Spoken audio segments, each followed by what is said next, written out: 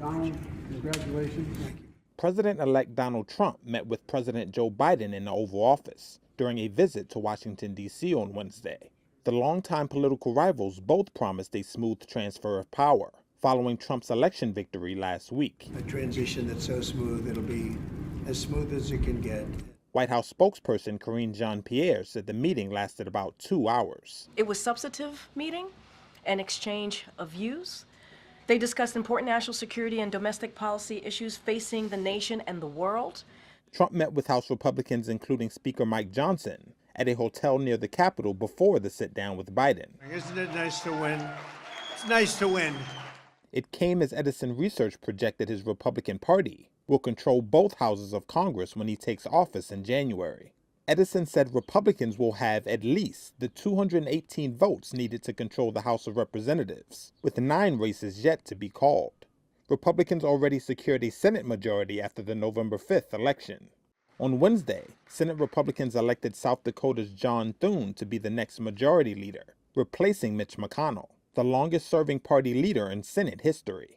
We have a mandate from the American people, a mandate not only to clean up the mess left by the Biden-Harris-Schumer agenda, but also to deliver on President Trump's priorities.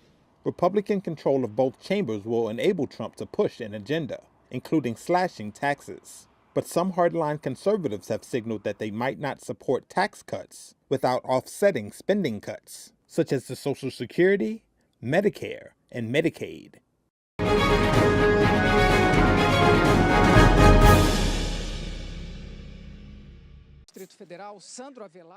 Explosions rocked the heart of Brazil's capital, Brasilia, on Wednesday night, just days before the G20 summit kicks off in Rio de Janeiro and a state visit to the capital by Chinese President Xi Jinping.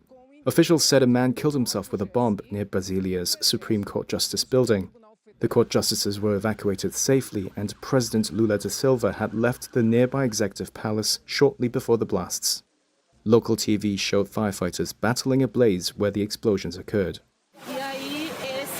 An eyewitness and federal employees said she saw a man waving at her before throwing something at the building and falling to the ground.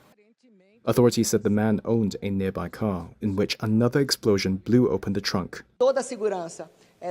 Federal District Vice Governor Celina Leo said the capital had stepped up its security after the blasts. Authorities are still investigating if this was an isolated case. The explosions took place around the Plaza of the Three Powers. That square connects the principal buildings of Brazil's 3 branches of federal government. It was the scene of riots on January 8th last year, when supporters of former President Jair Bolsonaro ransacked the buildings to protest his electoral defeat.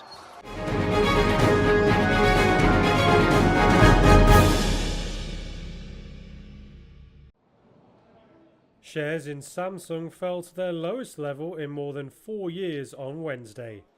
Analysts said they're worried about the impact of US tariffs under a new Donald Trump administration. The South Korean tech giant is the worst performing stock among global chip makers this year. It's fallen behind rivals in exploiting booming demand for artificial intelligence chips. Trump's potential tariffs on Chinese imports are seen dealing a bigger blow to Samsung. One leading analyst said the firm has a higher reliance on Chinese customers than SK Hynix, a local rival. Hynix has raised sales of high-end AI server chips to US customers like Nvidia. Trump has threatened to impose a universal 10% tariff on imports and 60% on Chinese goods. Another analyst said this will lower demand for electronics products that use chips. Last week, South Korean President Yoon Suk-yeol also raised concerns about Trump's tariffs. He said the threat of steep duties on China's imports could lead Chinese rivals to slash export prices and undercut Korean chip firms overseas. Samsung shares were down over 2% Wednesday and are down 34% year to date. The stock is also on course to post its worst annual performance in more than 2 decades. Shares in SK Hynix have risen close to a third so far this year, and US chipmaker Nvidia has gained 199%.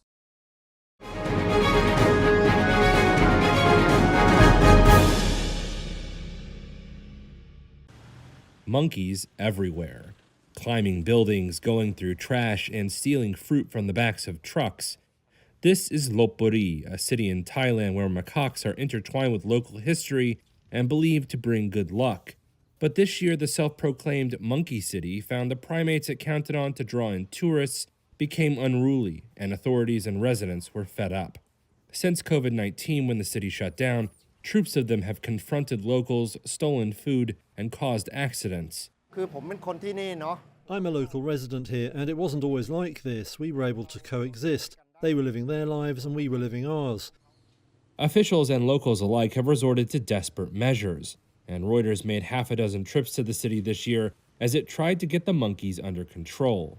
As complaints mounted after February, officials wielding slingshots and traps tried to catch the monkeys, and some residents put up bars and fences to cage themselves in their homes. There is no freedom. No one wants to live like this. We want to be able to look outside, look up to the sky, feel the free space, and have light shine into our houses. But every day now we have to cage ourselves inside. We have no freedom even in the premises of our own homes.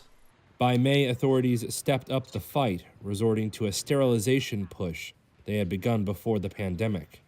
In September, Dr. Patarapol Manion, a wildlife vet with Thailand's Parks Department, told Reuters they intended to spay 100% of the population.